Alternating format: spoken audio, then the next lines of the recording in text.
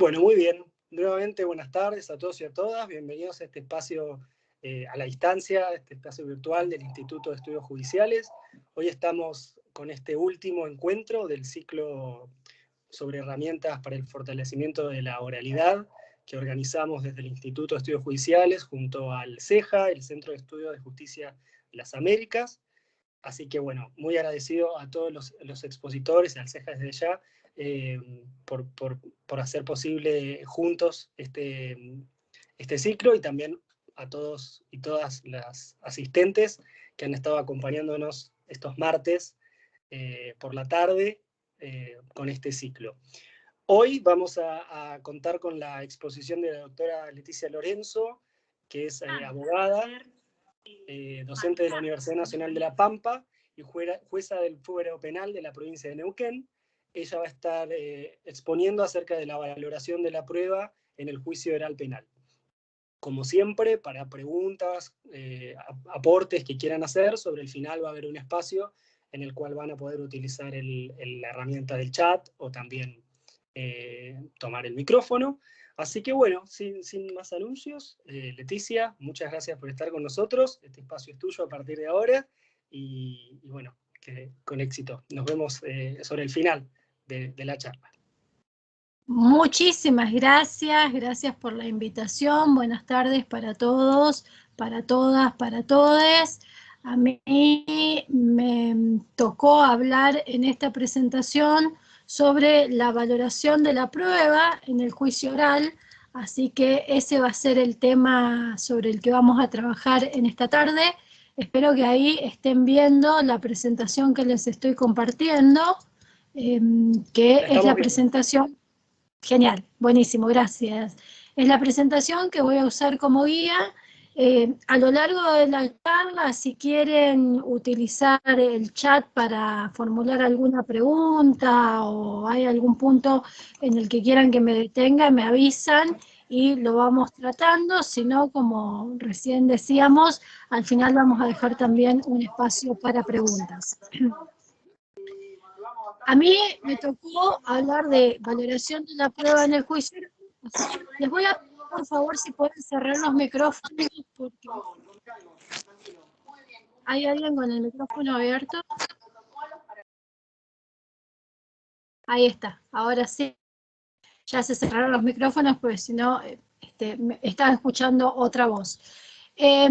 Vamos a hablar de valoración de la prueba en el juicio oral y yo quisiera partir un poco de lo que es la teoría del caso en el trabajo en juicio específicamente. Por eso, en un juicio, por una parte, vamos a tener afirmaciones que van a presentar las partes en forma de relato de los hechos, y lo que van a procurar depende del lugar en el que se encuentren. La acusación lo que va a buscar es vincular un relato de hechos con una teoría jurídica, y la defensa probablemente busque desvincular el relato de los hechos realizado por la Fiscalía con la teoría jurídica que sostiene, o en su caso vincular los hechos con una teoría jurídica distinta y más beneficiosa para la persona que representa. Con esas afirmaciones van a aparecer las pruebas. Las partes van a presentar en diversos formatos, que en un momentito vamos a ver cuáles son los formatos de producción de información para vincular o desvincular las afirmaciones realizadas. Esta afirmación que solemos escuchar de no basta con que alguien crea algo en un proceso y en un juicio, sobre todo, tiene que tener prueba que respalde lo que cree, se hace muy patente en los juicios. Mis afirmaciones no van a valer de nada si yo no tengo pruebas que respalden esas afirmaciones. Entonces, la producción de la prueba va a ser el eje central del trabajo en juicio. Y finalmente vamos a tener las conclusiones pretendidas. Para sostener que se ha acreditado o no determinada afirmación, las partes van a construir puentes que vamos a llamar generalizaciones entre las afirmaciones que realizaron y las pruebas que produjeron. Esos puentes van a significar la producción de inferencias que van a proponer para sostener que con determinada prueba se ha acreditado determinada información. Entonces, la estructura básica del juicio es la presentación de los casos, lo que solemos conocer como alegatos de apertura, que es el momento en el que las partes proponen su posición sobre los hechos, la producción de la prueba, que es el desarrollo de todo el debate, con el interrogatorio y el contrainterrogatorio como grandes herramientas de trabajo de los litigantes, y los alegatos de clausura como el momento en el que se proponen las conclusiones y el momento en el que las partes van a vincular la prueba con las peticiones específicas que van a realizar. Entonces, ¿hay algún micrófono abierto?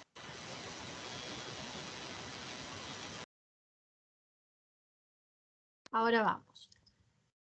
Entonces, el momento central del juicio va a ser el momento de la producción de la prueba, porque al producir la prueba es donde las partes concretamente van a estar afirmando los hechos que sostienen. Y como canales de acceso a información al juicio, utilizando la expresión que usa Binder, vamos a encontrar distintos tipos de prueba o distintas formas de producción de la información. Acá en la lámina tienen dos columnas, porque de acuerdo al tipo de canal que utilicemos, va a ser posteriormente el tipo de valoraciones que vamos a poder realizar. Entonces, en la columna de la izquierda está todo lo vinculado con producción de prueba a través de personas.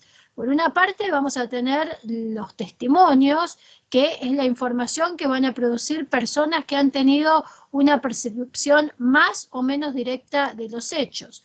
Y para producir testimonios tenemos determinadas reglas específicas al interior del juicio. Pero además de los testimonios comunes, podríamos llamarles, vamos a tener un tipo especial de testimonio que es el testimonio pericial.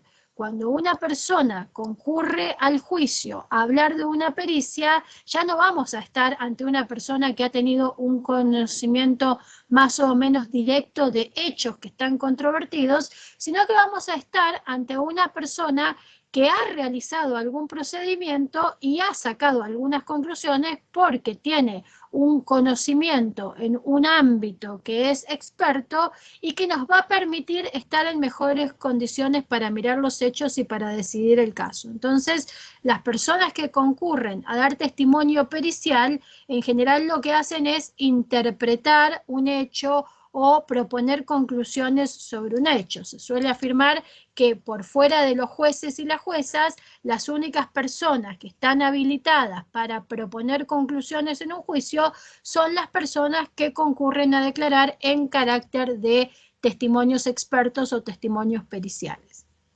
Y en un tercer lugar, vamos a tener las declaraciones de las partes, de las personas involucradas, que en general van a funcionar como los testigos legos, digamos, como los testimonios comunes, pero tienen ciertas características que sitúan sus declaraciones en un formato distinto. En el caso del juicio penal, concretamente, el imputado, por ejemplo, no está obligado a prestar juramento y afirmamos que cuando realiza una declaración no está ejerciendo una tarea de prueba, sino que lo que está ejerciendo es el derecho de presentar su propia defensa material. Entonces, a partir de esto es que una de las reglas especiales que tiene el testimonio del imputado, la primera, claramente, es que no es obligatorio. La segunda es que puede declarar sin responder preguntas. Entonces ahí aparece una regulación específica. Con las víctimas en los procesos penales, también de acuerdo a el catálogo de derechos que se le otorgan a las víctimas, si bien no tienen este resguardo de que pueden no responder preguntas, sí se pone un cuidado más preciso en que si se les hacen preguntas, sean preguntas vinculadas con el caso. Cada vez se instala más esta idea de que no podemos a las víctimas controlarlas en su testimonio confrontándolos con toda su vida pasada, sino que su testimonio tiene que vincularse directa o indirectamente con los hechos que se están debatiendo en el juicio. Entonces también ahí aparece como un deber de cuidado específico que no suele estar tan presente con relación a los testimonios que se presentan en un juicio que no provienen de las partes involucradas. Entonces podemos establecer como estas tres categorías de testimonios, ¿no? El testimonio de la parte involucrada, el testimonio pericial y el testimonio que vamos a llamar común, que es de aquellas personas que han tenido conocimiento directo o indirecto. Y en la columna de la derecha aparece otro tipo de prueba que acá está desagregada, pero que en general en los códigos, en muchas leyes procesales, aparecen bajo el título de prueba material todas estas formas de prueba, pero tenemos una diversidad. Por una parte tenemos la prueba documental, que es la información que se presenta en un formato o en un soporte preestablecido. El certificado de nacimiento de una persona, por ejemplo, si yo quiero acreditar cuándo, dónde nació y quiénes son sus padres, presentaré ese documento que acredita toda esa información. Entonces tenemos prueba documental, tenemos también lo que solemos llamar prueba informativa, que es aquella prueba que surge de una información contenida en una base de datos. Cuando, por ejemplo, yo pido en una investigación y pretendo producir en un juicio la sábana de llamadas que ha tenido un determinado teléfono, ahí esa información, la empresa de telefonía, cuando se le solicita y está autorizada para brindarla, no es una información que produzca específicamente para el caso, sino que en general hay bases de datos de las que se puede extraer esa información, o información bancaria, información de esta que es voluminosa y que suele estar sistematizada. Ahí hablamos de prueba informativa. Y prueba material, estrictamente, se suele llamar a la prueba que se obtiene, o a la información, mejor dicho, que se obtiene de un objeto sobre el que se realizan actividades. La prueba material suele estar vinculada con las tareas de investigación que realizan los distintos ámbitos de experticia. Por ejemplo, cuando yo en un juicio que involucre un accidente de tránsito hago una pericia accidentológica, más allá de las conclusiones periciales, hay un montón de actividad que va a realizar la persona que realice esa pericia, que va a tomar probablemente el auto que se secuestró, va a ir al lugar del hecho, va a sacar determinadas cuentas para determinar la velocidad y va a llegar a una conclusión. Entonces, todos estos pasos que utiliza y todos estos objetos y cuestiones que utiliza para llegar a esa conclusión forman parte de la prueba material. En algunos casos, cuando la persona concurra a declarar al juicio, va a ser necesario que a medida que va haciendo su declaración, también se vayan introduciendo los objetos, los documentos, los informes que fueron utilizadas en el análisis que realizó. En otros casos, probablemente no se introduzcan todos los objetos.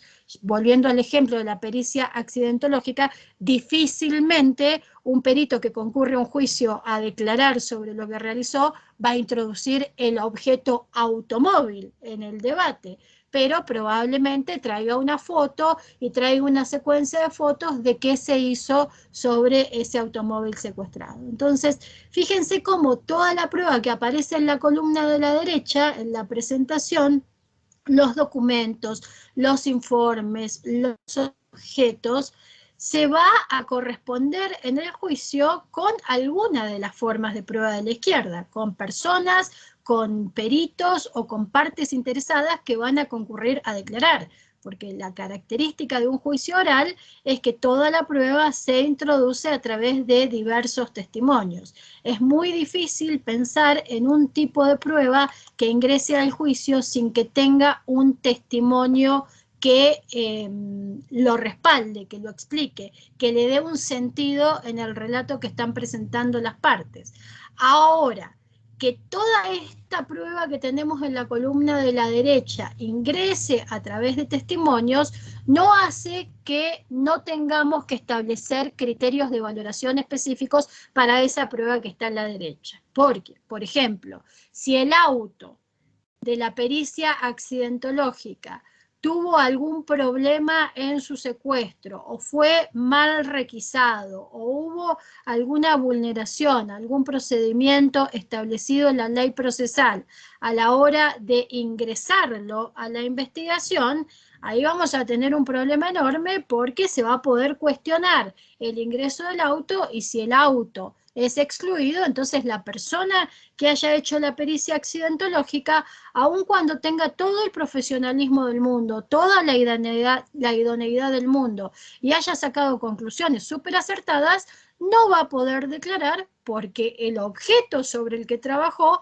ha sido excluido. Entonces me interesaba partir señalando esto, que cuando hablamos de litigación y valoración de la prueba en juicios orales, nos solemos centrar muchísimo en los distintos testimonios, afirmando esto de que toda la prueba ingresa a través de testimonios, pero desandando la cadena de los testimonios, es siempre muy importante tener en cuenta en los casos de personas que concurren a los juicios, a explicar el rol que cumplen determinados objetos, determinados documentos o la información que surge de determinados informes, es siempre necesario tener presente si esos objetos, documentos o informes sobre los que van a hablar las personas cumplen con los criterios de ingreso al juicio y de posibilidad de valoración para posibilitar las declaraciones testimoniales. Entonces, eso como punto de partida. Segunda cuestión,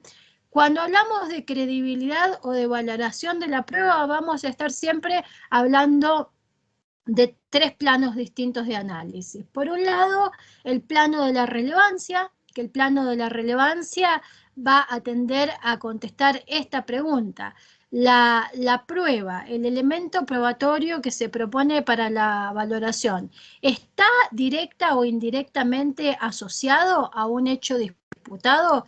Este es el primer aspecto que vamos a revisar. En general, por el diseño que tenemos en los procesos judiciales, la relevancia como criterio suele presentarse para el análisis antes de llegar al juicio. Antes de llegar al juicio, la mayor parte de los procesos judiciales que tienen un juicio oral diseñan algún formato de audiencia preliminar en el que justamente se discute la admisibilidad de la prueba, y para establecer si una prueba es o no es admisible, el criterio que prima en esa discusión es el criterio de relevancia. Sin embargo, esto no quiere decir que cuando llegamos al juicio ya no nos tenemos que ocupar de la relevancia. Nos vamos a tener que ocupar, pero como vamos a ver en unos momentitos, la ocupación que vamos a tener en el juicio va a ser mucho más acotada y mucho más precisa.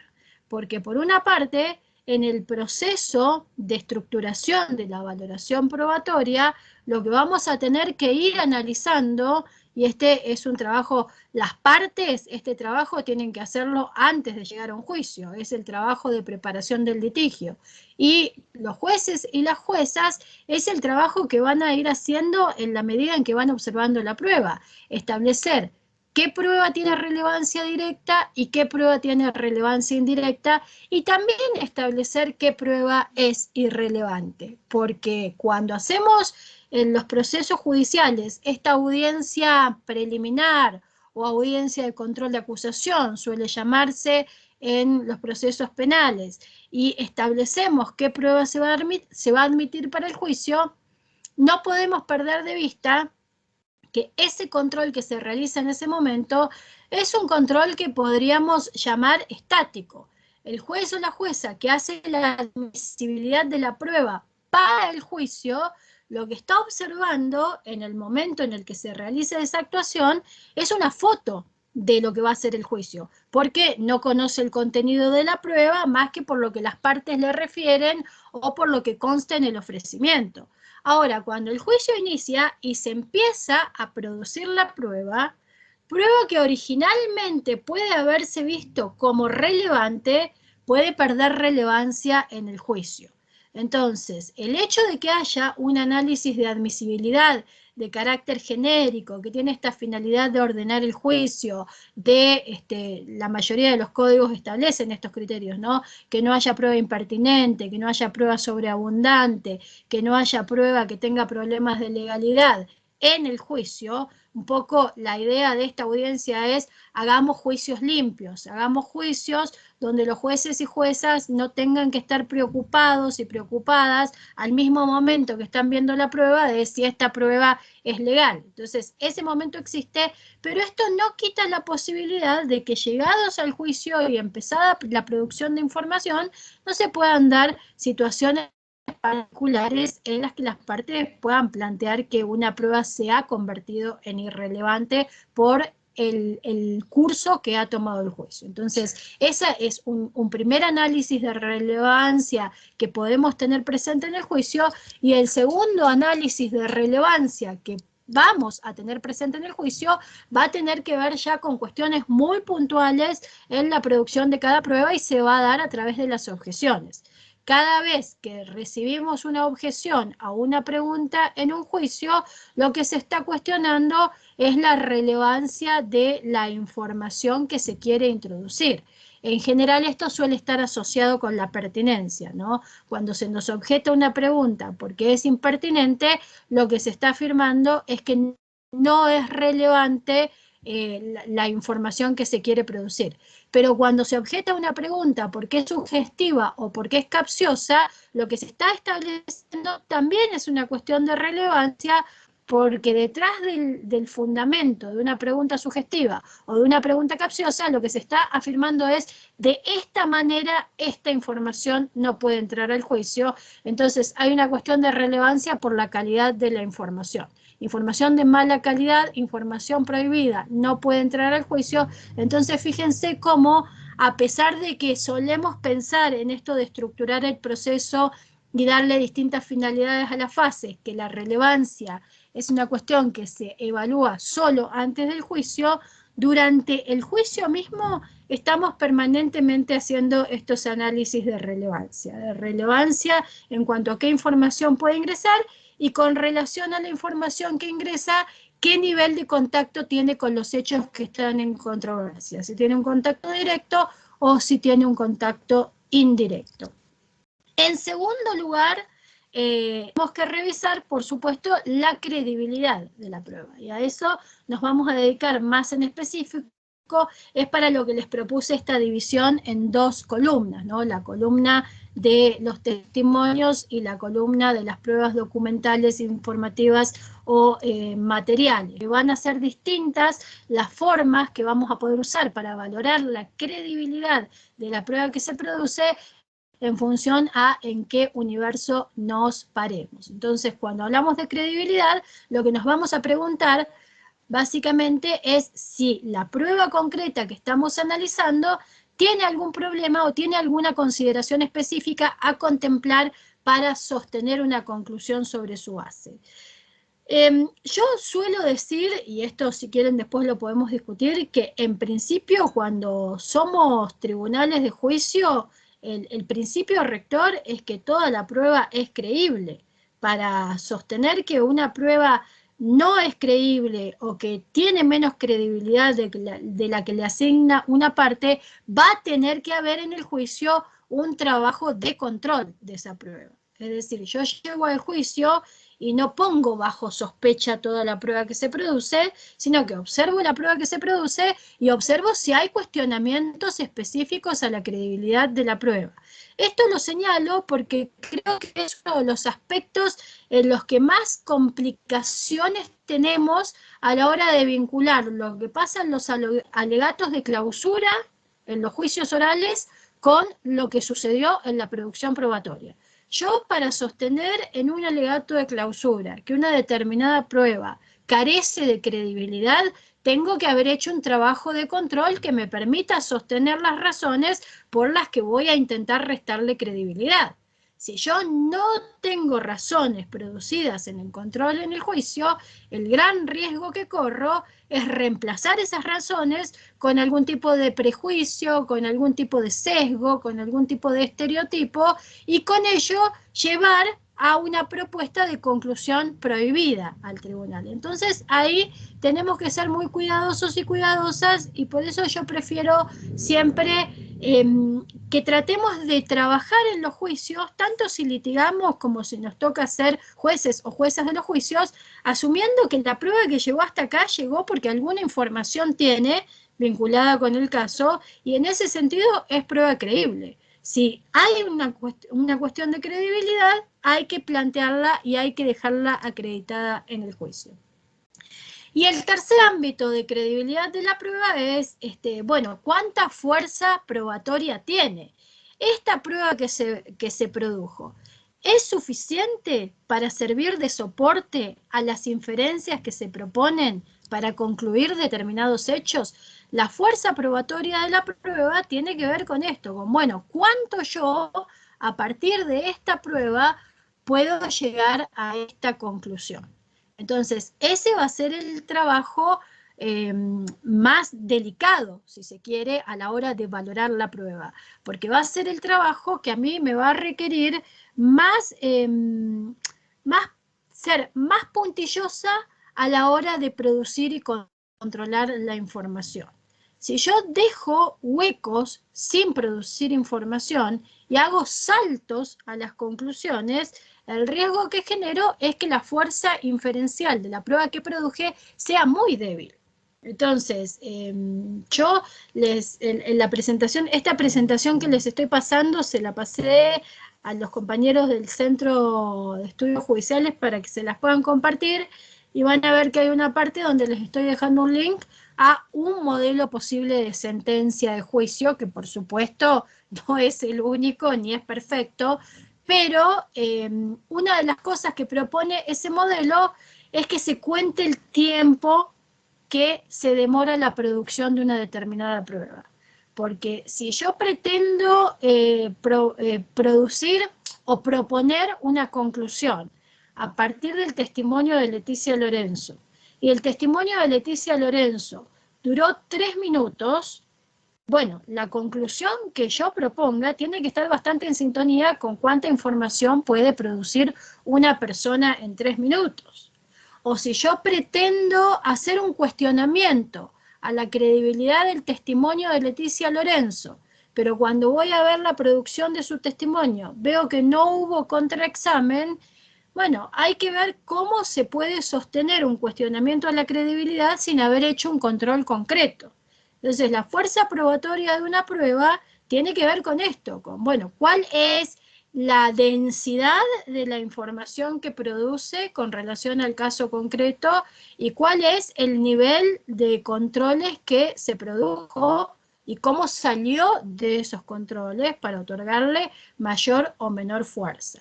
También va a tener que ver, por supuesto, con el nivel de relevancia, si la relevancia es directa o indirecta. Pero en principio acá también hay una cuestión medio de Excel, de decir, bueno, si trajiste 3 personas que declararon 30 segundos cada persona, no pretendas hacer un alegato de clausura de 3 horas, porque tu prueba fue muy pobre. Entonces, para que tu prueba se sostenga, hace falta algo más que un esfuerzo argumental en la clausura. Estos son entonces los 3 niveles en los que vamos a trabajar cuando hablamos de valoración probatoria, y ahora vamos a ver cada uno de esos niveles en específico. Les decía, los niveles de relevancia en la valoración tienen que ver con la prueba que es directamente relevante y la prueba que es indirectamente relevante, que también suele llamarse prueba auxiliar. Como prueba directamente relevante vamos a encontrar aquella que sostiene un hecho que forma parte de la acusación en un caso. Es decir, son las pruebas que se vinculan con hechos que están directamente relacionados con los elementos de la teoría jurídica que estoy utilizando. Entonces, si pongamos el ejemplo de que a mí hoy a la mañana me robaron el celular y yo vi a la persona que me robó el celular, y no solamente la vi, sino que además la conozco porque es mi vecina.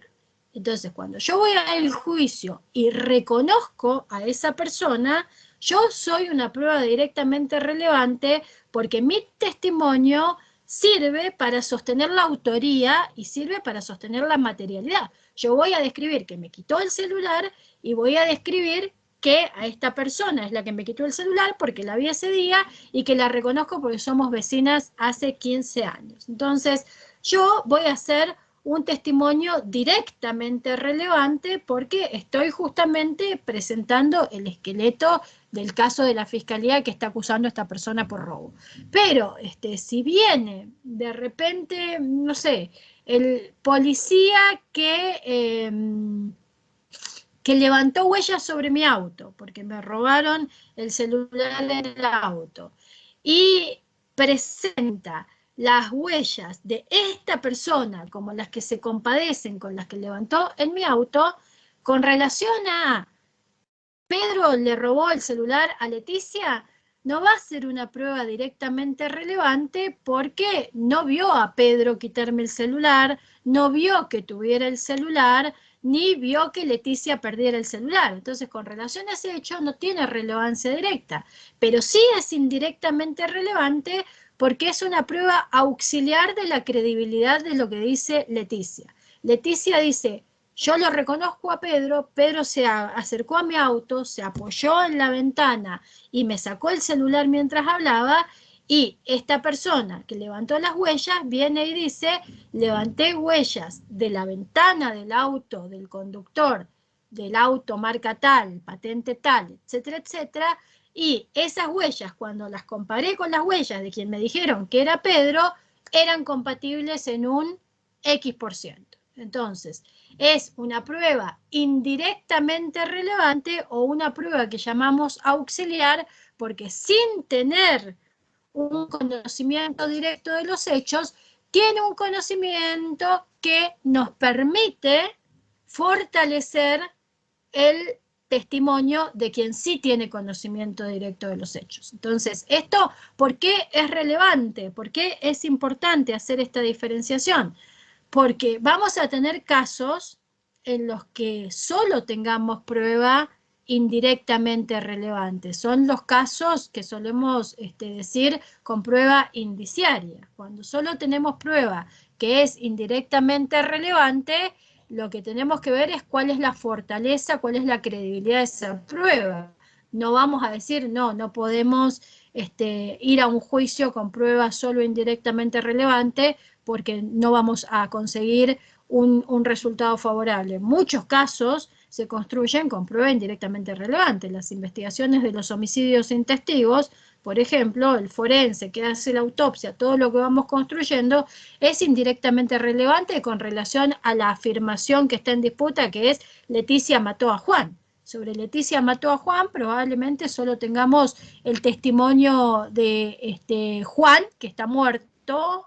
Entonces, solo va a hablar a través de la prueba que se obtenga de su cuerpo, y el testimonio de Leticia, que no lo podemos contar porque tiene toda la protección constitucional para no autoincriminarse. Entonces, en ese tipo de casos vamos a trabajar con prueba auxiliar o indirectamente relevante, y ahí lo que vamos a tener que medir es cómo se van formando las cadenas de inferencias con la prueba que se produce. Y en los casos en los que tenemos prueba directamente relevante, que es la prueba que identifica a una persona o que puede relatar una porción del hecho que está en disputa, lo que vamos a tener que analizar cuando tenemos prueba directa e indirectamente relevante, a la hora de valorar la prueba, lo que vamos a tener que analizar es con qué prueba directamente relevante se vincula la prueba auxiliar que se produjo. Esto, por ejemplo, uno de los casos en materia penal en los que más claramente se ve son los casos de abusos sexuales a niños o niñas. En general, hay un develamiento y se produce un testimonio del niño o la niña en cámara Gesell, y luego aparece prueba que es indirectamente relevante salvo los casos en los que hay un descubrimiento y se encuentra a la persona abusando a un niño o una niña, pero cuando los casos parten del develamiento de un niño o una niña, todas las personas que conocen el develamiento son pruebas indirectamente relevantes que nos van a permitir testear, medir el testimonio directamente relevante, que es el del niño o la niña que cuenta en primera persona qué es lo que le pasó. Entonces, hacer esta diferenciación también nos sirve para esto, para que cuando tenemos las dos clases de prueba podamos establecer, bueno, cómo se vinculan, cuáles son los nexos, cómo la prueba auxiliar apoya la credibilidad de qué prueba directamente relevante, o cómo la prueba auxiliar es lo suficientemente potente para llevar a concluir la existencia de un determinado hecho aún sin prueba directamente relevante vinculada a ese hecho. Entonces, este es el primer nivel de análisis y van a ver ahí en esa sentencia que yo les dejo como modelo que una de las cosas que se propone es cuando yo terminó el juicio y tengo que valorar la prueba, lo primero que tendría que hacer, o lo primero que tendría que tener claro es el despeje entre prueba directamente relevante y prueba indirectamente relevante. Y luego pasaré al segundo nivel de análisis, que este va a tener que ver con las declaraciones que yo recibo en juicio. Cuando hablo de prueba testimonial, una de las cuestiones que tengo que tener presentes es que un testigo no es una prueba. Un testigo es tantas pruebas como afirmaciones realiza que tienen relevancia directa o relevancia indirecta para el caso. Esto es importante porque es lo que nos permite diferenciar los distintos tipos de afirmaciones que realiza una misma persona y, para decirlo en criollo, separar la paja del trigo. Cuando recibimos testimonios en juicios, hay algunas personas que concurren y brindan un montón de información que no tiene vinculación con el juicio. Lo que rara vez vamos a ver es que en un juicio una persona venga y declare robóticamente los 3 hechos que son importantes. Entonces, dentro de un testimonio, dentro de una persona declarando, pueden aparecer afirmaciones directamente relevantes con relación a los hechos disputados y afirmaciones indirectamente relevantes para sostener la credibilidad de lo que se está diciendo. En el ejemplo que yo les ponía de me robó el celular mi vecino, yo identifico a mi vecino, eso aparece como una afirmación directamente relevante, yo digo, sí, fue Pedro, él es el que se llevó mi celular cuando estaba hablando en el auto, esa es una afirmación directamente relevante. Ahora, cuando yo digo, y sé que es Pedro porque es mi vecino y lo conozco hace 20 años, esa es una afirmación indirectamente relevante que permite sostener la credibilidad de la afirmación directamente relevante, Pedro me quitó el celular. Porque cuando yo digo, lo conozco hace 20 años porque somos vecinos, estoy dando una razón para ver por qué yo no me podría confundir a Pedro con otra persona. Si a eso le sumo, y no solo lo conozco hace 20 años, fuimos juntos a la escuela, entonces yo estoy dando más razones de por qué es difícil que yo haya reconocido a Pedro y no se trate de Pedro. Entonces, esta información, fuimos a la escuela, somos vecinos, vivimos a lado hace 20 años, hemos hecho viajes juntos, puede aparecer como irrelevante con relación al hecho que está disputado, pero se vuelve relevante para medir la credibilidad de la afirmación central que yo estoy haciendo. Entonces, fíjense cómo en un mismo testimonio aparecen pruebas de los dos tipos. Las pruebas directamente relevantes cuando me refiero al hecho. Las pruebas auxiliares cuando doy explicaciones sobre por qué me tienen que creer lo que estoy diciendo con relación al hecho, por qué no estoy mintiendo, por qué estoy describiendo lo que efectivamente vi, lo que efectivamente percibí. Entonces, con relación a las personas que declaran en los juicios, Este es un primer punto importante que tenemos que tener en cuenta, que una persona es tantas afirmaciones como datos importantes da para lo que se está debatiendo en el juicio. Y si dividimos el testimonio de una persona en tantas pruebas como datos importantes da para el juicio, se hace importante tener esto que aparece en la lámina presente, que es, bueno, ¿cuáles son las bases de las afirmaciones que realizan las personas?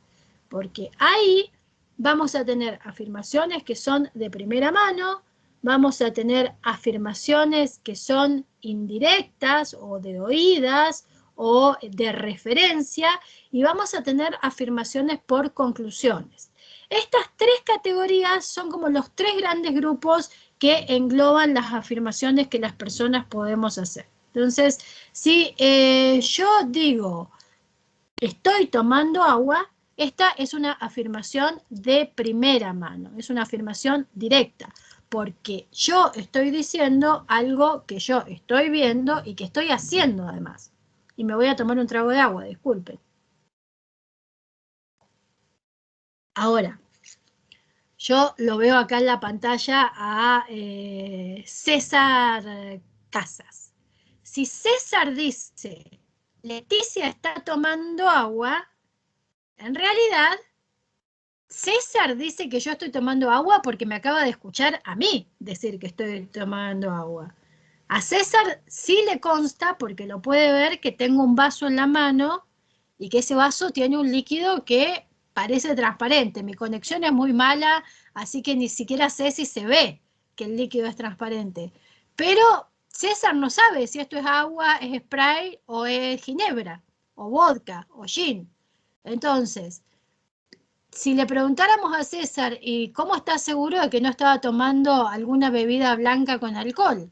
Él ya tendría que empezar a dar otras razones y podría decir, no, porque estuvo hablando como loro durante 1 hora y media y en ningún momento se trabó, no arrastró las palabras. Pero fíjense cómo ahí ya lo que está diciendo César pasa a ser una opinión. Entonces, César opina que yo estoy tomando agua. ¿Por qué opina esto? Porque me acaba de escuchar a mí decir que yo estoy tomando agua.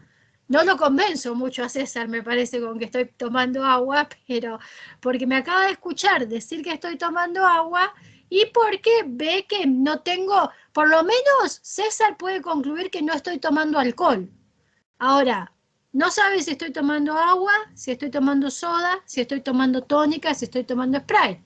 Si mi conexión fuera súper buena, que no lo es, podría decir no, porque si hubiera estado tomando algo gaseoso, se habría visto en el vaso que hacía burbujitas y no se veía. Bueno, pero fíjense, en todo caso, cuando yo digo estoy tomando agua, yo hago una afirmación directa. La afirmación directa de César sería, Leticia dijo que estaba tomando agua.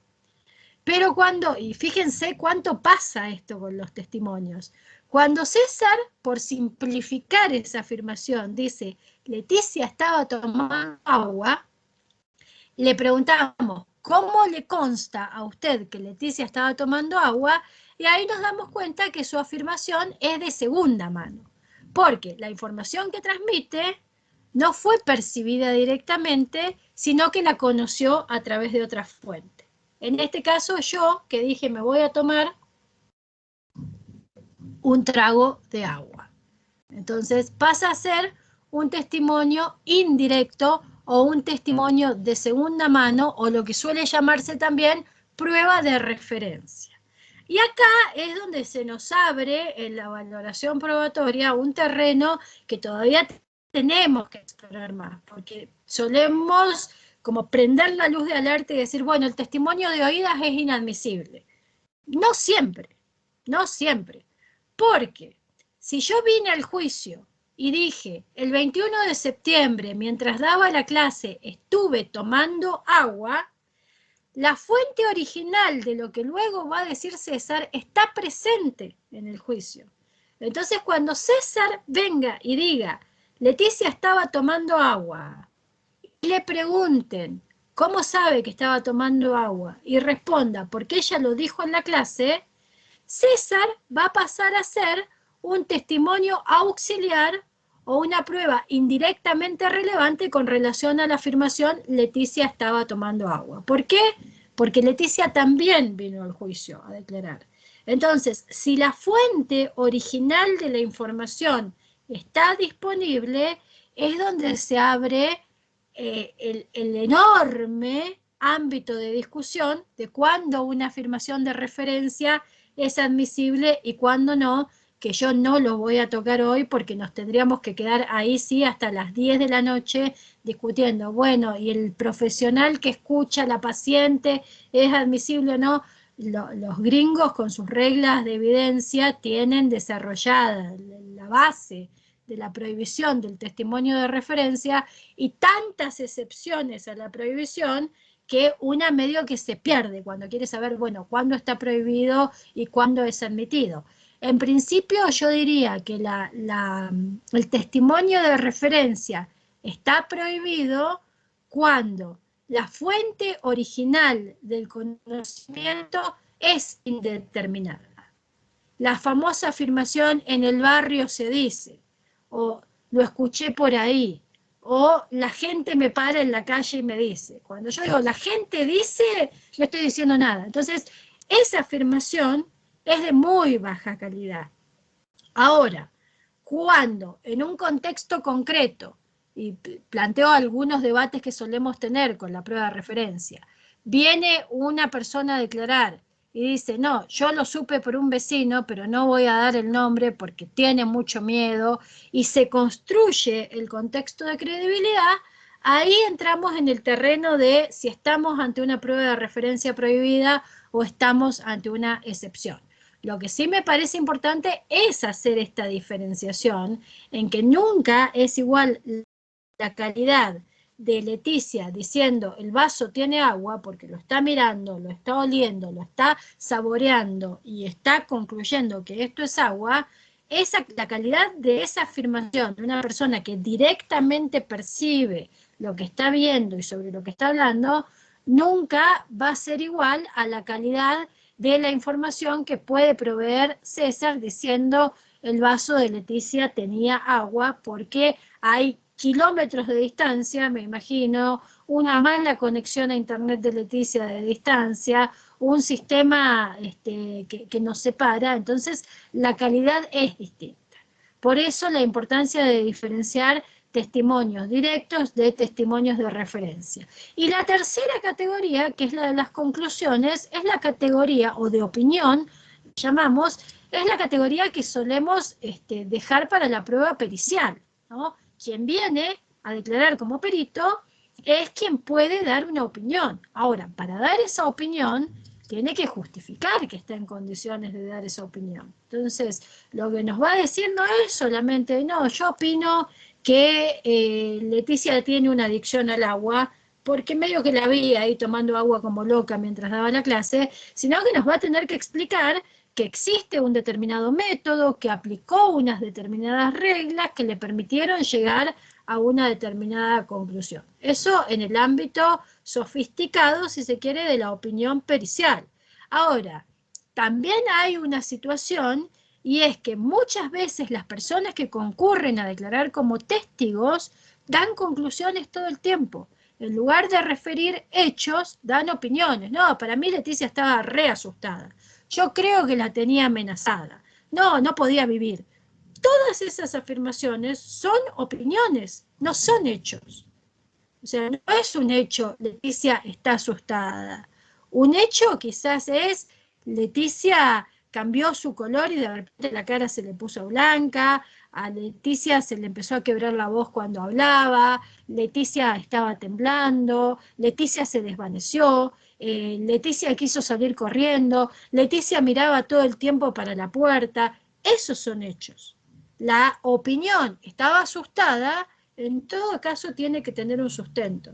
Y esto para quienes litigan es sumamente importante, porque a veces creen que la hicieron redonda cuando llevan un testigo a declarar y dicen, no, estaba muerta de miedo. Bueno, pero ¿qué significa estaba muerta de miedo? ¿Qué tipo de afirmación es estaba muerta de miedo? Es una afirmación que en realidad es una opinión. Y cuando hay una opinión, Lo que yo me voy a tener que preguntar al momento de valorar la prueba ¿es una opinión con sustento o es una opinión sin sustento?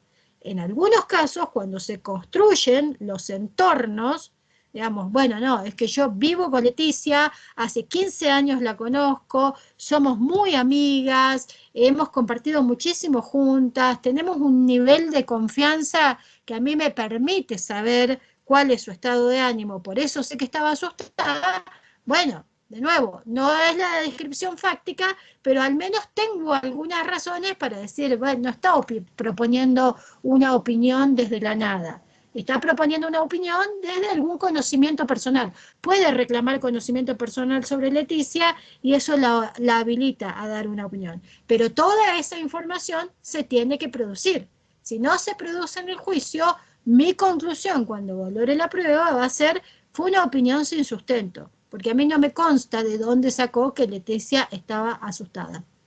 Entonces, con cada persona que declara en el juicio, sobre cada afirmación que realiza que es directa o indirectamente relevante para los hechos disputados, yo también me voy a tener que preguntar, ¿es una afirmación directa? ¿Es una afirmación de referencia? Si es una afirmación de referencia, ¿es una afirmación de referencia admisible o es una afirmación de referencia no admisible? ¿Es una opinión? Si es una opinión, ¿es una opinión con sustento o es una opinión sin sustento? Y finalmente solo voy a poder valorar las afirmaciones directas, las afirmaciones de referencia admisibles o las afirmaciones con formato de opiniones con sustento. Entonces ahí también voy a ir separando la paja del trigo. Pero esto no es todo. Esto no es todo. Con las pruebas testimoniales, además, lo que voy a tener que verificar es cómo se presentan lo que llamamos atributos de credibilidad. Bueno, cuando decimos que un testimonio es creíble o que no es creíble, ¿a qué nos estamos refiriendo? Y aquí también tenemos que hacer algún esfuerzo de poner esto en criterios concretos. Y a mí que me gustan las escaleritas, me he sacado esta escalerita de el texto de Anderson, Shumi Twining, que creo que se los dejé al final entre el material que les recomiendo. Si no se los dejé, lo voy a agregar para que lo tengan. Es un libro que se llama Análisis de la prueba, que habla de todo esto que estoy hablando de una forma mucho más idónea de la que yo puedo llegar a usar. Pero cuando hablan de los atributos de credibilidad de la prueba testimonial, proponen estos tres grandes universos, el de la veracidad, el de la objetividad y el de la sensibilidad o capacidad sensorial. Entonces, también, les decía hace unos momentos, cuando vamos a decir que una persona no es creíble, tenemos que tener alguna información auxiliar, alguna información indirectamente relevante producida en el juicio que nos permita establecer por qué esa persona no es creíble, o por qué determinadas afirmaciones que realiza esa persona no tienen credibilidad suficiente. Y ahí lo primero que me voy a preguntar es, ¿esta persona es veraz o no es veraz? Una persona es veraz cuando declara, cuando lo que está declarando coincide con lo que realmente cree que pasó. La persona declara de acuerdo a sus creencias. Entonces, ¿puede pasar que a mí el celular no me lo haya robado Pedro, sino que me lo haya robado otra persona? Y en el universo de posibilidades puede pasar. Ahora, cuando yo indico que fue Pedro, yo lo declaro desde el absoluto convencimiento de que fue Pedro. Es un poco el gran problema que existe con la prueba de reconocimiento de testigos, ¿no? Que las personas no van a señalar a Pedro con saña y maldad y dolo de que Pedro sea encarcelado. En general, las personas cuando concurren a una rueda de reconocimientos señalan con absoluta creencia de que están señalando a la persona que generó determinado hecho. Ahí hay veracidad. La cuestión pasa por el segundo criterio, que a mí me parece el más interesante, o el segundo atributo, que es el de la objetividad. Que la objetividad no tiene que ver con cuán neutra soy yo frente al hecho sobre el que estoy declarando, sino que tiene que ver con explorar cuáles son los sesgos que pueden influenciar en la forma en que yo estoy declarando, sin que yo siquiera lo perciba. Es decir, si yo tengo una cosa, nosotros acá esto no lo tenemos todavía muy desarrollado, pero si han leído algo de literatura sobre reconocimiento de testigos, una de las cuestiones que suelen trabajarse mucho en los textos que existen es el sesgo racial. Como para una persona blanca todos los latinos, para una persona norteamericana todos los latinos son iguales o todos los negros son iguales, como el sesgo racial, el reconocimiento a una persona de otra raza, de otra etnia, de otra cultura, puede influenciar en términos de yo les veo a todos iguales. Entonces estoy convencida de que la persona que estoy reconociendo es la persona que me ocasionó el daño, o que ocasionó el daño que presencié. Pero como es una persona que pertenece a otra raza, de lo que no puedo estar tan convencida es de si yo tengo la capacidad suficiente para hacer diferenciaciones. Entonces, cuando vamos a la objetividad del testimonio, de lo que hablamos es del sistema de valores de una persona, del sistema de creencias de una persona, de el contexto de una persona concretamente, y cómo ese contexto puede llegar a influenciar en la declaración que realiza. Entonces, es ir un poco más allá de lo que solemos sostener como las generales de la ley, ¿no? Cuando le preguntamos a una persona, ¿usted conoce a Leticia? Sí, la conozco, ¿y eso le impide declarar en su contra? No me lo impide. Bueno, todo bien, por supuesto que no se lo impide. El tema es, si yo quiero cuestionar la credibilidad del testimonio de esta persona con relación a Leticia, tengo que explorar un poco más que se conocen y por eso está declarando en su contra. Voy a tener que mostrar si hay algún aspecto específico que a esta persona le lleve a generar un recuerdo, generar una imagen, generar una declaración de la que está convencida, pero que es cuestionable. Hay una película argentina que es muy buena, que se llama Sin Retorno, con Leonardo Sbaraglia y Federico Lupi, que se produce una muerte en el contexto de un accidente de tránsito, y en el juicio, no les voy a, la película es bastante vieja, pero la verdad es que si no la vieron se las recomiendo mucho porque es muy buena para ver esto, no se las quiero spoilear, pero en el juicio aparece una testigo que reconoce a la persona que se acusa. Y la primera tendencia que uno tiene cuando ve a esa persona aparecer de la nada es, ¡ay, qué maldad! ¿Por qué va a mentir?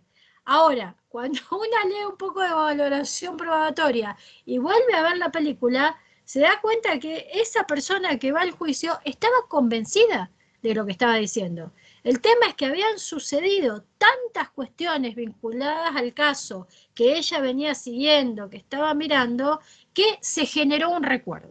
Esto está muy estudiado en la psicología del testimonio, de cómo nos generamos recuerdos falsos, de cómo nos creamos recuerdos o imágenes que a veces o no sucedieron o no nos sucedieron a nosotros. Entonces, cuando hablamos de objetividad, en materia de medir la credibilidad de un testimonio, de lo que hablamos es de tratar de explorar, cuando es necesario, si hay alguna circunstancia o algún conjunto de circunstancias que nos permitan a nosotros sostener, bueno, acá hay que ser cuidadosos porque esta persona podría estar sesgada, porque esta persona podría estar modificando los hechos que presenció, podría estar poniéndole un matiz a los hechos que conoció, podría estar influenciada, por ejemplo, cuando son juicios que suceden después de muchísimo tiempo, es muy difícil diferenciar qué es lo que las personas específicamente conocieron y qué es la información que esas personas adquirieron a través del transcurso del tiempo. Entonces, analizar todos estos aspectos tiene que ver con medir la objetividad de las personas. Y el tercer atributo es el que tiene que ver con la capacidad sensorial o con la posibilidad de percibir a través de los sentidos, que es lo que se vincula no solamente con cómo me funcionan los sentidos, sino que también se vincula con el contexto en el que yo percibí. En el ejemplo que les ponía antes, a lo mejor César a mí me recontra creyó que yo estaba tomando agua, pero esta situación de que mi conexión es mala y yo me veo muy mal en la pantalla, yo sé que a veces algo pixelada, a veces mi imagen se queda quieta, espero que mi voz se esté escuchando, siempre es por lo que cruzo los dedos, porque... Venimos perfecto. Venimos perfecto. Ah, buenísimo, gracias, gracias. Porque acá en el sur, vieron, las conexiones son un poco más difíciles, pero, digamos, a pesar de que César me crea muchísimo a mí, hay un tema con las capacidades sensoriales, que no tiene que ver con si él tiene buena vista, si él estuvo prestando mucha atención. Te sigo tomando, César, como ejemplo porque me seguís apareciendo en la pantalla. Entonces yo siento que estoy charlando con vos en este momento. Con lo cual no te puedes parar ni para irte a buscar un mate.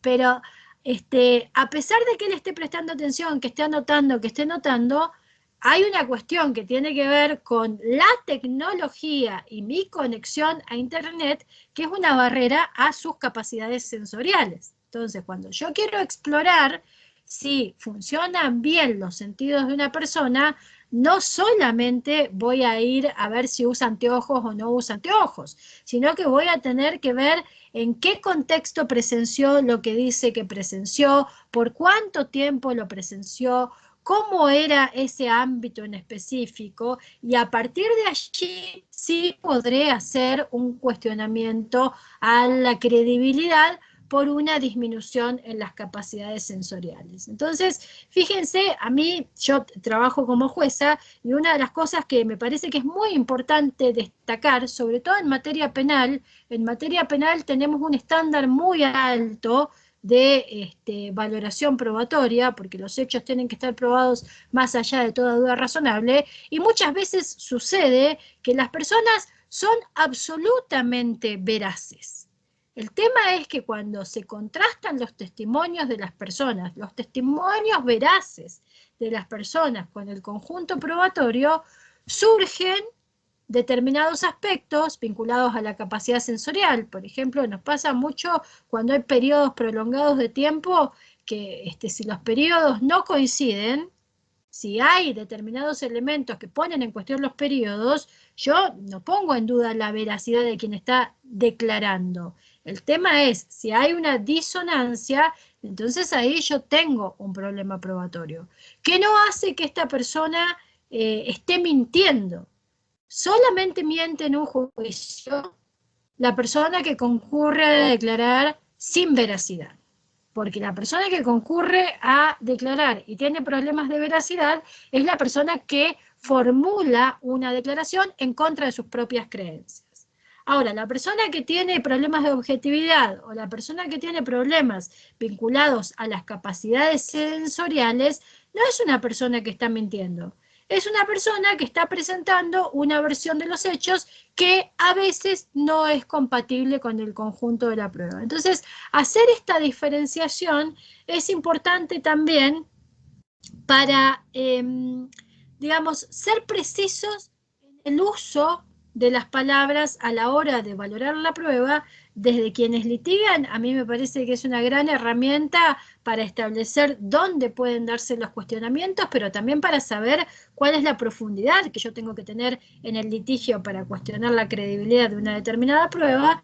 Y para quienes trabajamos valorando la prueba y sentenciando, también para tratar de explicar de la forma más amable posible que a veces, aunque una persona sea veraz, no es suficiente para alcanzar un determinado resultado. Entonces, hacer estas diferenciaciones yo creo que son una forma más amable y más vinculada con un criterio estandarizado de valoración de la prueba de explicar nuestras decisiones.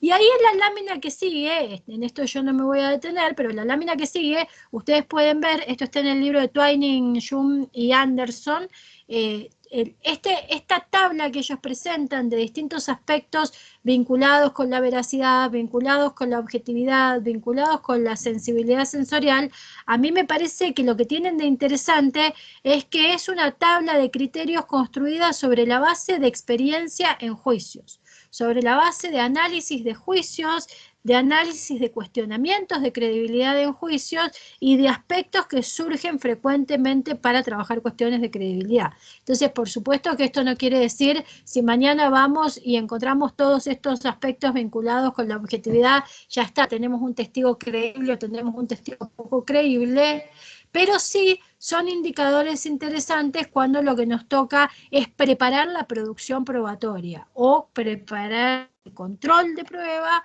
o valorar la prueba que ha producido, ver si hubo algún cuestionamiento dentro de lo que son estos criterios que nos permita orientar en algún sentido la valoración que vamos a realizar. Y luego, con relación a la prueba que teníamos en la columna de la derecha de la primera lámina, con relación a la prueba de informes, de documentos, de objetos, a la prueba que podríamos llamar en términos generales material, también hay determinados atributos de credibilidad que tenemos que tener en consideración. Yo les decía al principio, en general esta prueba va a ser introducida a través de un testimonio, pero no tenemos que perder de vista que esta prueba tiene atributos de credibilidad propios. Entonces, cuando venga el perito que analizó el accidente y viene a proponer una opinión de la velocidad y no sé, cómo le funcionaba el motor, yo lo primero que voy a necesitar es saber que el auto que analizó es realmente el auto que tuvo el accidente. Por eso tenemos toda la regulación de los procesos de secuestro de objetos, de obtención de evidencia material, de conservación, de preservación, porque básicamente queremos responder al primer criterio, que es el de autenticidad. ¿Cómo yo sé que supongan que secuestraron mi vaso? Bueno, este vaso es un vaso común y corriente. En el juicio, este vaso tiene que pasar a ser el vaso con el que Leticia estaba tomando agua. Entonces, cuando hablamos de autenticidad, respondemos a esta pregunta: ¿cómo sé que este vaso que traemos al juicio es efectivamente el vaso que Leticia tenía el 21 de septiembre y no un vaso del universo de vasos de vidrio con forma medio, no sé qué forma tiene esto, pero ¿cómo yo sé que es el vaso y no un vaso? Entonces ahí es donde surgen todas las reglas vinculadas al secuestro, la cadena de custodia, la trazabilidad de la prueba hasta que llega al juicio. De nuevo, no es una cuestión menor, porque si hay un cuestionamiento, yo tengo que estar en condiciones de decir, no, este es el vaso porque se secuestró, se conservó, se le puso la etiqueta, y ahí cada sistema tiene sus propias reglamentaciones de la conservación de objetos. Ahora, si ustedes trabajan en sistemas judiciales, coincidirán conmigo en que a veces la conservación de objetos es lo más alejada del orden de una biblioteca que podemos encontrar. Entonces, ahí hay un punto de cuidado. Para quienes litigan, en términos de verificar que los objetos, los documentos, los informes que se están pretendiendo introducir en el juicio han tenido este camino de conservación o no, porque si no, ahí hay un tema con la autenticidad. Si ustedes vienen y me dicen, bueno, yo como sé que este es el cuchillo con el que mataron a la víctima,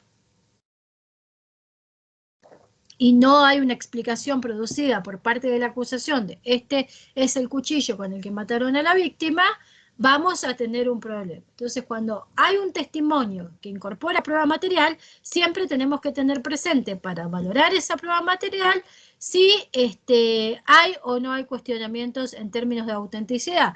Punto número 1, cuando la prueba se introduce y nadie dice nada, o sea, para mí el criterio es el mismo que con los testimonios. Toda prueba es creíble a menos que alguien manifieste lo contrario. Entonces, si la prueba se introdujo y no hubo ningún cuestionamiento, yo digo, bueno, este vaso que trajeron es el vaso porque nadie lo cuestionó.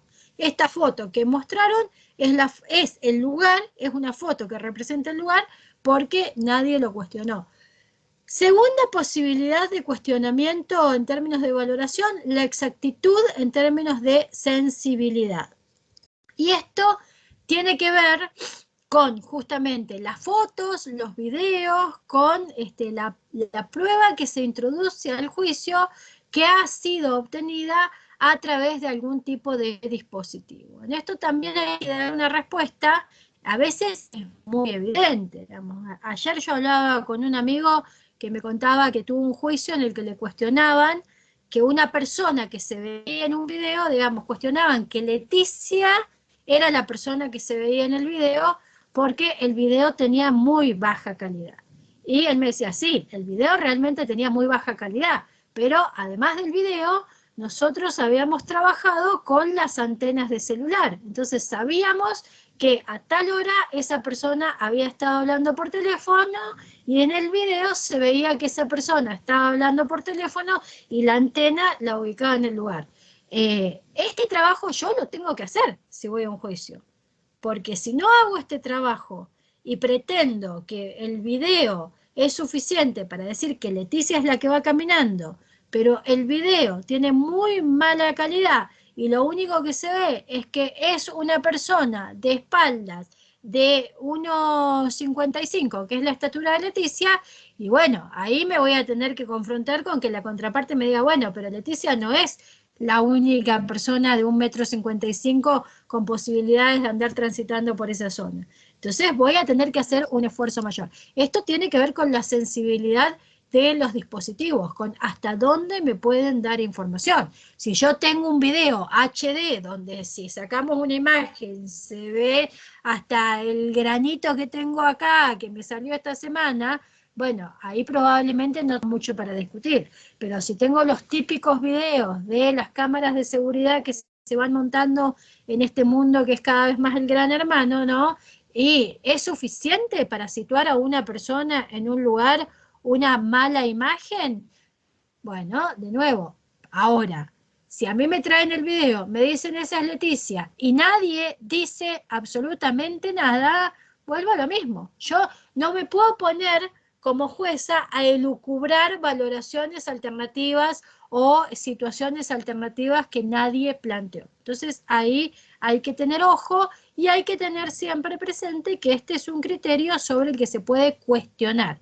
Si yo cuestiono la sensibilidad del dispositivo, digamos, digo, fíjense que estas cámaras de seguridad son medio cualunques, no tienen demasiada calibración o no son revisadas en forma relativamente frecuente.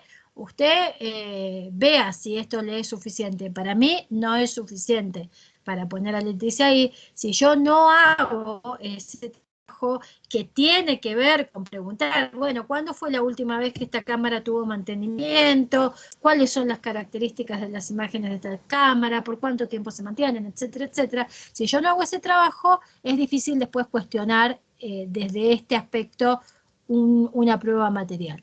Y el tercer criterio es el de la fiabilidad, que tiene que ver con la posibilidad de obtener los mismos resultados si repito los procedimientos. Y esto, por ejemplo, se da con los controles de alcoholemia. Bueno, le dio 1,2 de alcohol en sangre. Bueno, pero ese dispositivo ¿es lo suficientemente fiable como para que confiemos en que esa era la presencia de alcohol que tenía en sangre esta persona? Si yo repito el mismo análisis varias veces, ¿me va a dar el mismo resultado? En esta época de pandemia, por ejemplo, no sé si ustedes, a mí, porque me encanta molestar en todos los ámbitos, a todos los espacios públicos que hemos asistido nos toman la temperatura, ¿no?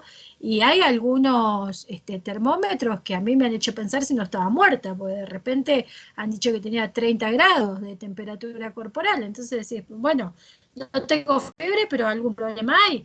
Tomámela de nuevo. ¿Te da lo mismo? Tomámela de nuevo. O sea, es cuestión de la repetición, de la posibilidad de obtener los mismos resultados o resultados similares, si yo realizo el mismo procedimiento, es importante para controlar la fiabilidad de los dispositivos que realizan determinadas operaciones para la generación de conclusiones sobre la base de la prueba material. Entonces, estos tres criterios son los criterios que, o son los atributos que sirven para medir la credibilidad de una determinada prueba. Por supuesto que no todos están presentes con relación a todas las pruebas. Si estamos hablando de una escritura, probablemente nos quedemos en el primer criterio, el criterio de autenticidad. Si estamos hablando de videos, de fotografías, probablemente hablemos del criterio de sensibilidad. Si estamos hablando de operaciones que se realizan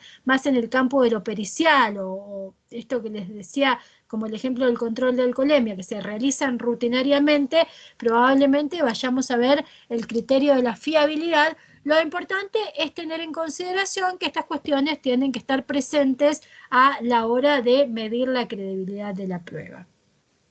Si a mí, sobre la prueba testimonial, no me presentaron ningún cuestionamiento en términos de veracidad, objetividad o capacidad sensorial, o sobre la prueba material no me presentaron ningún cuestionamiento sobre la autenticidad, sensibilidad o fiabilidad, cuando me toque valorar la prueba, yo lo que voy a decir es, bueno, toda esta prueba es creíble, y a partir de esta prueba que es creíble, lo que me corresponde en un segundo momento es ver si tiene fuerza probatoria. Es decir, esta prueba se produjo toda, entonces, en principio, era prueba, no hubo cuestionamientos de admisibilidad, se produjo toda, o se resolvieron los cuestionamientos de admisibilidad y quedó esta prueba.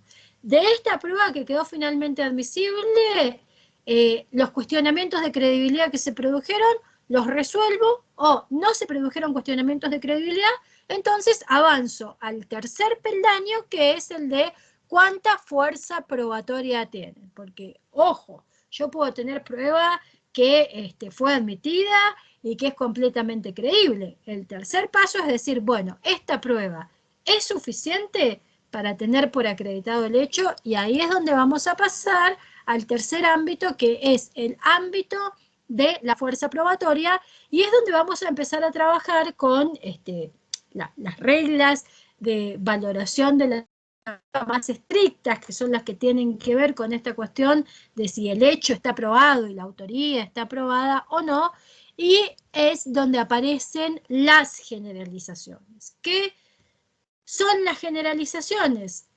Son la acumulación empírica de experiencias pasadas que correlacionan un hecho con otros hechos de otro tipo. Y ahí es donde entran las reglas específicas que se nos suelen establecer en los códigos.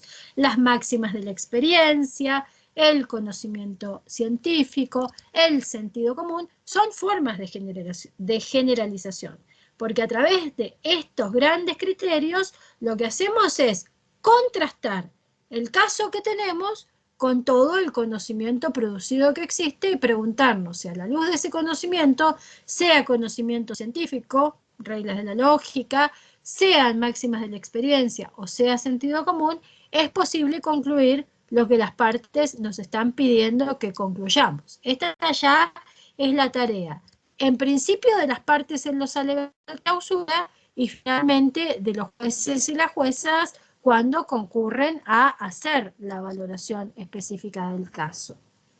Y ahí lo que vamos a encontrar es que hay distintos tipos de experiencias a lo largo de la vida que permiten observar una repetición de eventos, una regularidad de eventos, de los que se puede colegir que dados estos eventos existe un razonable modo de inducir la realización o comisión de un determinado evento o hecho.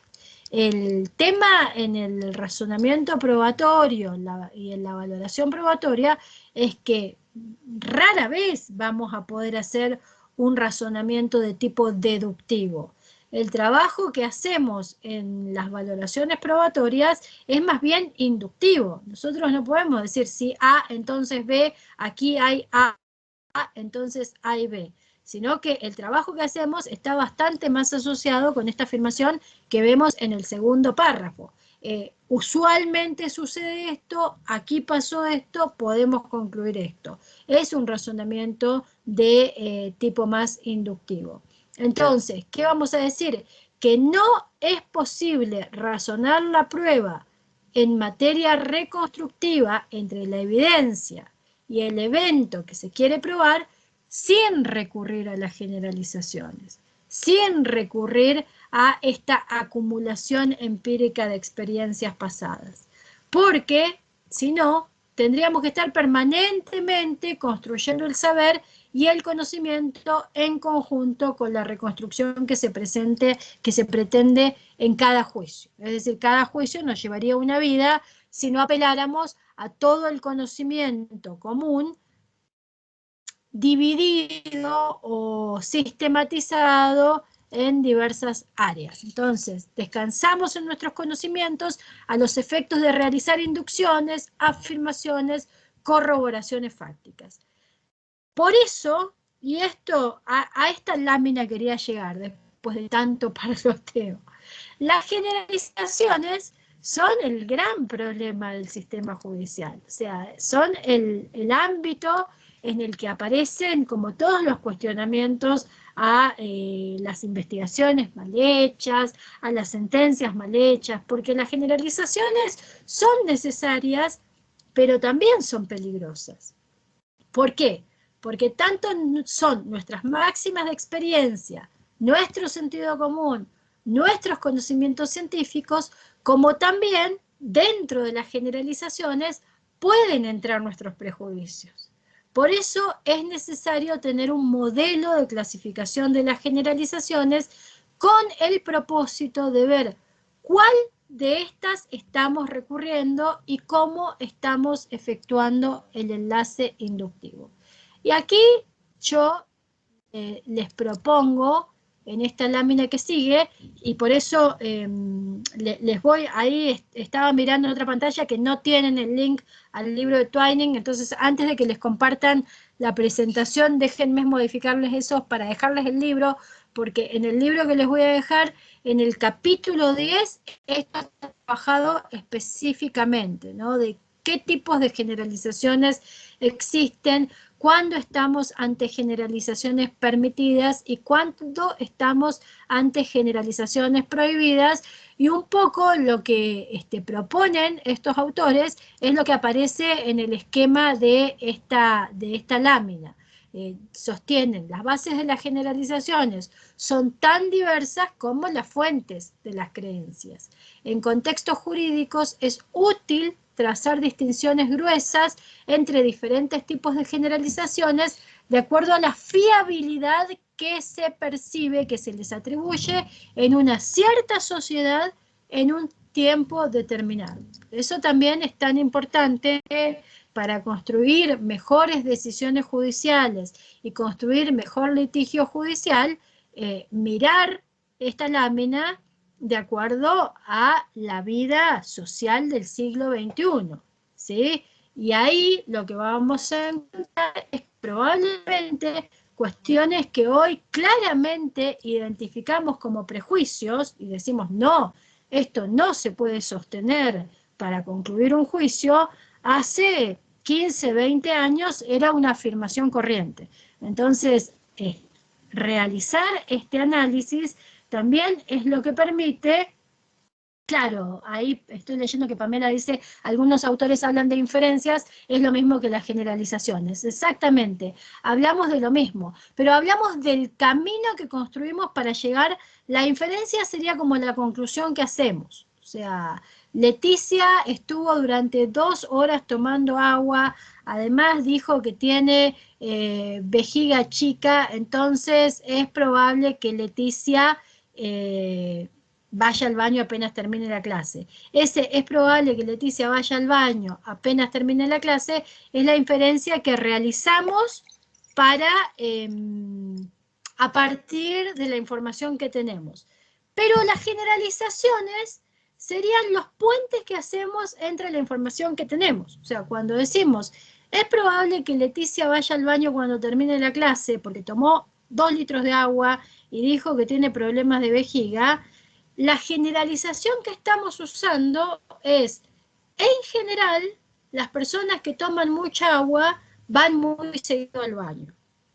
Yo en este momento no estoy en condiciones de decirles cuál es la base científica de esa afirmación, pero intuyo que de las personas que estamos en este momento conectadas, probablemente si yo dijera las personas que toman mucha agua tienden a ir bastante al baño, o se las cambio a mi bebida preferida. Las personas que toman mucha cerveza, el problema que tienen, además de que se emborrachan, es que tienen que ir al baño muy seguido. Si yo esta afirmación la digo entre consumidores frecuentes de cerveza, probablemente todas esas personas digan, sí, no, es la macana de la cerveza, sobre todo en esta época de pandemia, cuando salís a un bar y la sanitización, porque quienes consumen cerveza saben eso. Ahora, si voy a un grupo de abstemios y digo esto, lo podrían poner en duda perfectamente porque no tienen el conocimiento suficiente como para concluir, te estás tomando 2 cervezas, vas a terminar yendo al baño y tenemos un viaje de 4 horas ahora en colectivo. Entonces, cuídate. Una persona que toma cerveza eso me lo podría decir y asumiríamos esa generalización de la cerveza lleva al baño rápidamente. La inferencia es esto, va a terminar en el baño cada 5 minutos. La generalización es el puente, es esta afirmación que no aparece en general. La inferencia sí aparece en las sentencias, porque la inferencia es la conclusión a la que llegamos. La generalización es este puente que no suele aparecer, y como no suele aparecer, es el más peligroso. Entonces, cuando hablamos, por ejemplo, de cuestiones de género, que es donde más se está poniendo en debate este tema, es un poco qué generalización me puede permitir a mí concluir que porque una mujer tiene una vida sexual activa, fíjense estas 2 afirmaciones, ¿no? Leticia tiene una vida sexual muy activa y en los últimos 2 años tuvo una docena de parejas sexuales. Leticia dice que la abusaron, pero en realidad consintió. Consintió porque tuvo 12 parejas sexuales en los últimos 2 años y tiene una vida sexual activa. ¿Qué generalización me podría a mí llegar a esa inferencia, consintió la relación sexual, a partir de estas afirmaciones que acabo de hacer? Tiene una vida sexual activa, tuvo 12 parejas en el último año. No hay una generalización válida, porque si me pongo a hacer el análisis de qué es lo que yo estoy considerando, pero no estoy afirmando, es, no, bueno, si tiene 12 parejas sexuales, es bastante floja con el sí. Y si es floja con el sí, entonces en ese momento dijo sí, aunque ella está diciendo que dijo que no. ¿Es válida esa inferencia? No, porque está partiendo de una generalización incorrecta. ¿Por qué es incorrecto? Porque la generalización sería, si lo llevamos al ámbito general, la generalización sería las mujeres que tienen vida sexual activa con múltiples parejas sexuales no se niegan a una relación sexual. Fíjense que cuando lo ponemos en palabras, aparece bastante difícil de afirmar eso. Porque en todo caso, si queremos afirmar eso, tendríamos que traer alguna evidencia empírica, algún estudio científico, alguna investigación que nos permita sostener esto que estamos diciendo. Si no, nos vamos al fondo de la lámina y estamos sustentando una inferencia en un prejuicio. Esta tarea de identificar qué es lo que está detrás de lo que estamos diciendo es una tarea que no hacemos frecuentemente, y yo personalmente, en términos de trabajo de tribunal, creo que es una tarea que tenemos que hacer con mucha minuciosidad, porque es lo que nos permite en el lenguaje de esta lámina que les muestro decir, estoy afirmándome en una generalización sensata o estoy afirmándome en una generalización insensata. Si me estoy afirmando en una generalización insensata, lo que estoy haciendo es valorar la prueba de un modo incorrecto, de un modo impugnable, de un modo revertible, de un modo revocable. Entonces, este trabajo de preguntarnos, bueno, esto que quiero decir es casi contraintuitivo. Esto a lo que quiero concluir, o esto que quiero inferir, este lugar al que quiero llegar, a partir del camino de pruebas que tengo y de hechos que considero acreditados. ¿Es sostenible? ¿Cuál sería la afirmación de fondo que me permitiría a mí sostener esto?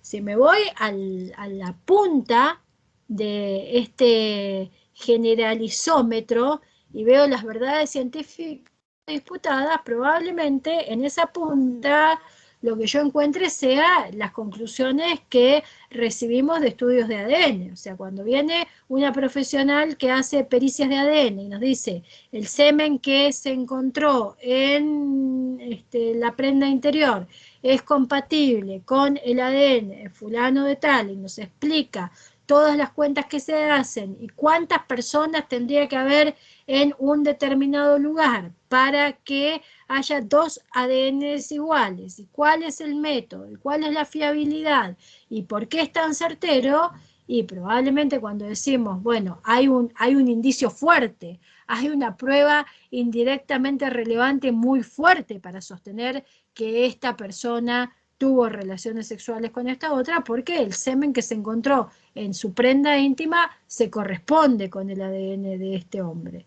Entonces, eso es un indicio muy fuerte. ¿Por qué? Porque hay una verdad científica no disputada detrás. Ahora, en la medida en que vamos avanzando hacia abajo, tenemos que ser muchísimo más cuidadosos y cuidadosas en las inferencias que producimos a partir de algo que a veces no son las máximas de la experiencia, sino que son las máximas de mi experiencia. Y esto, ¿cómo impacta? En definitiva, en el trabajo de valoración, porque estoy viendo que ya estamos cerca de la hora, así que le voy a meter un poco de pata a estas últimas láminas que quedan.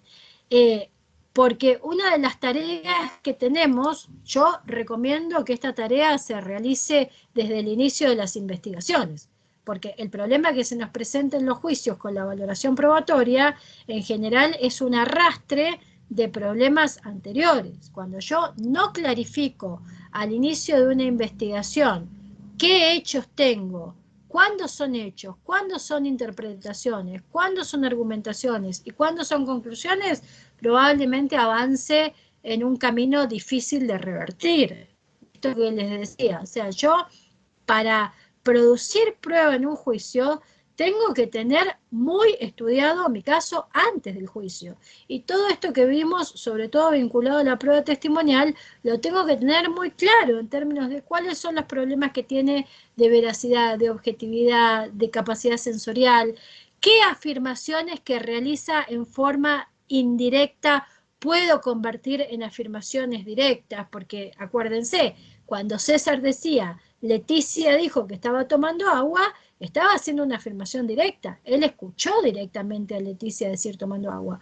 Ahora, cuando César decía Leticia estaba tomando agua, hacía una afirmación indirecta porque a él no le consta que Leticia estaba tomando agua. A él lo que le consta es que escuchó decir a Leticia que estaba tomando agua. Entonces, este trabajo de ver cuántas afirmaciones que las personas realizan en forma de opinión o en forma de afirmación indirecta pueden convertirse en afirmaciones directas, es una tarea que es conveniente para diferenciar los hechos de todo lo demás. ¿Qué es un hecho? Un hecho es básicamente sujeto, verbo, predicado. Un hecho describe una acción. Cuando yo hago una clasificación, cuando yo uso y acá ya quienes quedan todavía conectados y quienes van a ver esta clase a lo mejor se van a empezar a reír, porque van a decir ahora volvimos a lengua de tercer grado, pero a veces nos olvidamos de sujeto, verbo, predicado. Eso es un hecho. Leticia toma agua. Ahora, si yo digo Leticia está sedienta, eso no es un hecho, eso es una interpretación. El hecho es la descripción más liberada de calificaciones, de adjetivaciones que yo realizo sobre lo que percibo. Entonces, sujeto, verbo, predicado. ¿Quién, qué, a quién, cómo, dónde? Esa es la estructura de los hechos. También tengo que hacer un trabajo previo a los juicios, si soy litigante, para conseguir que mi prueba hable el lenguaje de los hechos y no el lenguaje de las interpretaciones. Cuanto más interpretación tengo yo a la hora de la producción de la prueba, más restringida me voy a encontrar a la hora de los alegatos y de mis propias propuestas. La calificación de los hechos nos lleva al terreno de la interpretación. Entonces, ahí tienen algunos ejemplos en la lámina de muchos que se les pueden ocurrir y que yo trabajo mucho en temas de género y hablando de perspectiva de género, y siempre insisto en esto. Uno de los problemas que hay en los litigios vinculados con violencias de género es que caemos en el error de pensar que adjetivar es el equivalente a probar. Y terminamos perjudicando casos que son casos sólidos, pero son casos sólidos si hablamos el lenguaje de los hechos. Si perdemos de vista que el trabajo que tenemos los abogados y las abogadas es hablar el lenguaje de los hechos del caso, entonces caemos en problemas que seguramente todos y todas y todes quienes estamos trabajando, estudiando, preocupadas por estos temas, vemos frecuentemente. Entonces, ¿qué deben hacer los jueces y las juezas? Yo quería dejar esto para el final porque esto ya es el giro de mi negocio actual. Yo, les decía, trabajo como jueza. Entonces, lo primero que tenemos que tener en cuenta a la hora de valorar la prueba, desde mi opinión, es que tenemos que tener una estructura. Ahí en esa lámina donde dice estructura, les estoy dejando el link a la sentencia modelo que yo propongo, que es la que utilizo y que tiene una estructura para avanzar en este análisis escalonado de la prueba y valorarla. Establecer esquemas de trabajo, ¿qué es lo que nos garantiza? Nos garantiza una valoración ubicada en el caso, pero también basada en los mismos principios. Y esto es lo que restringe los márgenes de arbitrariedad. Yo defiendo muchísimo el sistema de jurados, porque me parece que el sistema de jurados es el sistema que nos garantiza que cada caso el tribunal lo va a ver como si fuera el primer caso que ve, porque de hecho los jurados populares ven un caso y probablemente nunca vuelvan a ser jurados populares. En el caso de los tribunales técnicos vemos cada caso en el contexto concreto, pero también estamos condicionadas por cómo hemos valorado determinadas cuestiones en otros casos. Entonces, para mí, la forma más efectiva de restringir mi propia arbitrariedad al valorar la prueba es tratar de manejar siempre una estructura similar en el análisis. Y eso a la vez genera predictibilidad en quienes litigan, porque ya saben qué es lo que yo voy a mirar, cómo voy a mirar, qué nivel de exigencia voy a tener y en definitiva cómo voy a valorar. En segundo lugar, bueno, esto de hacer un análisis que no solo sea de las pruebas, sino que también sea de las generalizaciones que se proponen. ¿Puedo llegar a estas conclusiones con estas pruebas? Esto de pensar cuál es la afirmación que está detrás de esta conclusión para mí es una tarea sumamente importante para separarnos de las valoraciones vinculadas con sesgos, prejuicios, estereotipos y avanzar en las valoraciones sobre la base de generalizaciones probadas. Y bueno, hacer una vinculación entre lo que se presentó en concreto como información, pasada por el tamiz de la evaluación de la credibilidad y la vinculación o no con las teorías jurídicas propuestas. Esa es la tarea de resolución.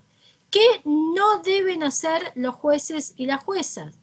No deben sumar requisitos, esto de hacer exigencias, que ahí está el ejemplo con la materia penal, porque es la materia en la que yo trabajo, pero esto es trasladable a todos los ámbitos. Yo tengo que ver cuáles son los requisitos que establece la ley y no establecer requisitos propios.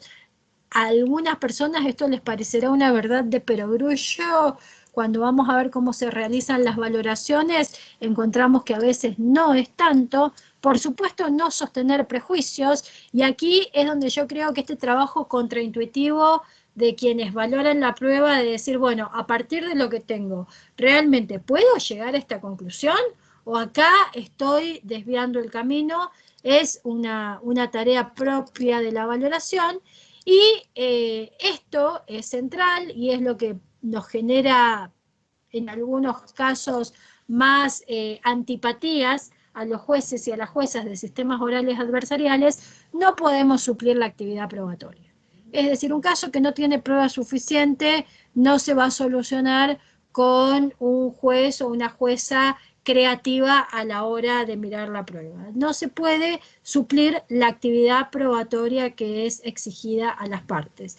Digo que esto es lo que genera más antipatía. Yo uso a veces, no lo traje en esta presentación porque me olvidé, pero uso una caricatura de Mafalda que me parece que es muy gráfica para lo que es valoración de la prueba, que si hay alguien a quien le guste Mafalda la recordará. Está Mafalda mirando a dos señores bastante grandes que ven pasar a un chico con pelos largos, vestido de hippie, y uno le dice al otro, esto es el acabose. Y Mafalda les dice, esto es el continuose del empezose de ustedes. Entonces, cuando tenemos sentencias con incorrectas valoraciones probatorias, a veces, muchas veces diría yo, esto se debe a litigios con incorrectas propuestas probatorias que vienen de investigaciones mal situadas probatoriamente. Entonces, en esto tenemos que ser bastante cuidadosos. Acá al final les estoy dejando una lámina sobre estereotipos, que es algo que se suele trabajar mucho vinculado al género, pero sobre todo por esto, porque los estereotipos no aparecen tanto en lo que se dice como aparecen más en lo que se interpreta. Entonces ahí es donde está el trabajo contraintuitivo de mirar las generalizaciones y no convertir en máximas de la experiencia determinadas clasificaciones que probablemente a muchos y muchas de quienes estamos en estos temas durante mucho tiempo nos parecieron aceptables y nos parecieron naturales, y hoy en día están puestas en tela de juicio. Entonces, este es el trabajo adicional que tenemos en esta época. Esto es un poco más de lo mismo, y ahí, ven, no está el texto de Twining, pero ahora lo voy a agregar y te vuelvo a compartir, si querés, las láminas para que las tengan completas. Y hasta aquí llegó mi amor. Bueno, muchas gracias, Leticia. No sé, vi que ya hubo algunos intercambios en el chat. No sé si alguien tiene alguna cuestión más que quisiera compartir o preguntarle a Leticia, que gentilmente estuvo hoy exponiéndonos todo este rato. La dejamos respirar un poquito mientras tanto. Mientras tanto, recordarles que, bueno, tanto esta como las anteriores charlas que formaron parte de este encuentro que está finalizando hoy, las van a encontrar en el canal de YouTube del Instituto. Igualmente les vamos a hacer llegar un correo electrónico con el listado de todas las actividades. Acá estoy leyendo varios agradecimientos, Leticia, para vos, por tu claridad en tu exposición. De manera que... Muchas gracias. Estoy sumándole libro en la presentación, así ya les comparto el link ahora y no quedo con deudas. Ahí está, bárbaro. Ahí está el mismo link, pero le sumé la presentación, el texto. Ahí está, ahí llegó, sí. Bueno, creo que no hay más dudas, que la claridad que tuviste en tu exposición cumplió con lo que esperaba el auditorio que tenemos hoy. Así que, si te parece, vamos cerrando la charla. Te agradecemos un montón a vos por estar acá con nosotros hoy, ya cerrando este ciclo. Al CEJA por hacernos de puente con todos los expositores y expositoras que estuvieron acá todos los martes con nosotros, y desde ya a todos los asistentes que formaron también parte importante de esta actividad. Así que bueno, será hasta la próxima, y bueno, en breve les va a llegar por correo electrónico también la lista de todas las charlas que formaron parte de este ciclo. Así que, bueno, nuevamente gracias a todos y a todas. Leticia, especialmente a vos, que te tocó dar cierre a la actividad. Muchísimas gracias a ustedes por la invitación. Bueno, será hasta la próxima. Nos vemos en la próxima oportunidad. Adiós. Adiós.